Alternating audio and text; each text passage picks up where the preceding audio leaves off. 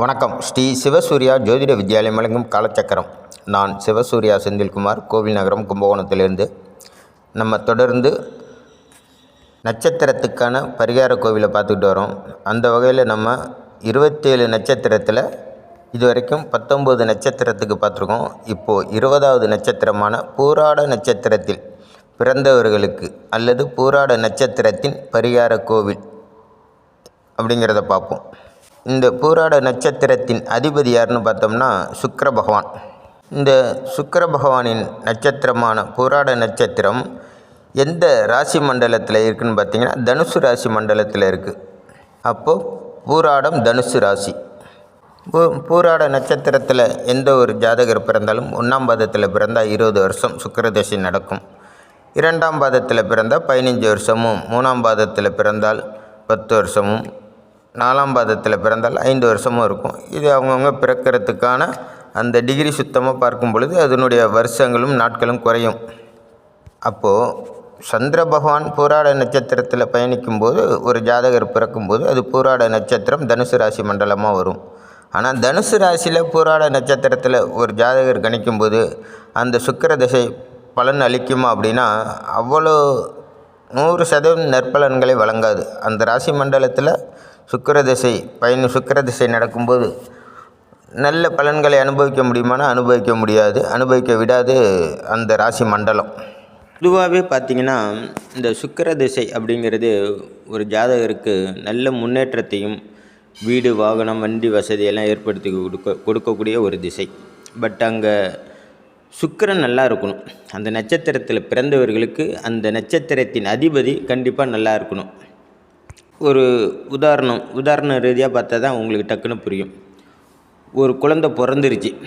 அந்த குழந்தைக்கு தேவையான ஊட்டச்சத்தை கொடுத்து நல்ல முறையில் வளர்க்கணும் அப்படின்னா கண்டிப்பாக அந்த குழந்தையின் தாய் நல்ல ஆரோக்கியமாகவும் நல்ல நிலைமையிலையும் இருந்தால் தான் அந்த குழந்தைக்கு தேவையான பால் கிடைக்கும். அந்த குழந்தைய பேணி காக்கிறதுக்கு அந்த தாயால் மட்டும்தான் முடியும். அதுபோல் எந்த ஒரு நட்சத்திரத்தில் பிறந்தாலும் அந்த நட்சத்திரத்தின் அதிபதி ரொம்ப நல்ல முறையில் இருக்கணும், வலுவாக இருக்கணும் ஜாதகத்தில்.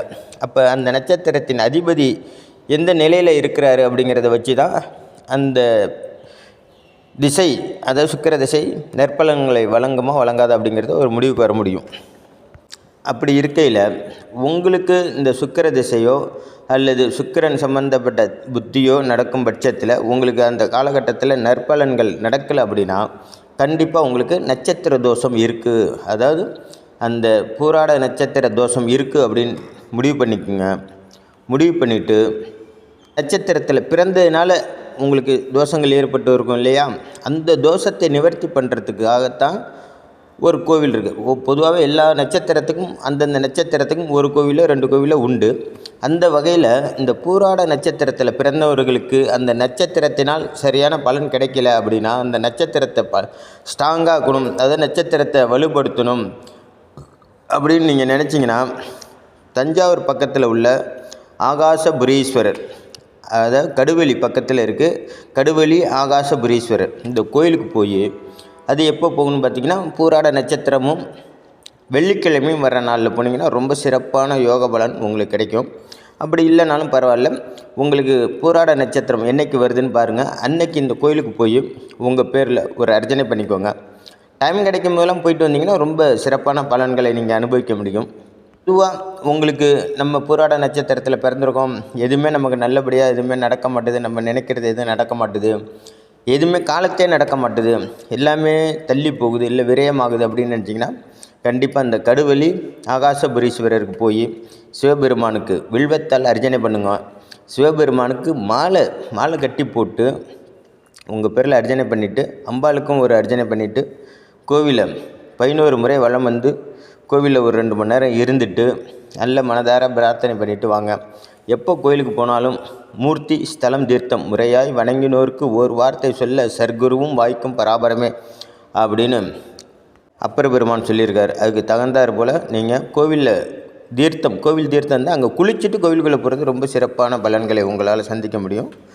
உங்களுக்கு நட்சத்திர தோஷம் இருந்துச்சுன்னா கண்டிப்பாக உங்களுடைய வளர்ச்சிகள் பாதிக்கப்படும். ஆகையினால் உங்கள் வாழ்க்கையில் ஒரு முறை நேரம் கிடைக்கும் போதெல்லாம் போனீங்கன்னா ரொம்ப நல்லது. இல்லைன்னா எப்படியாச்சும் ஒரு முறை போயிட்டு வாங்க.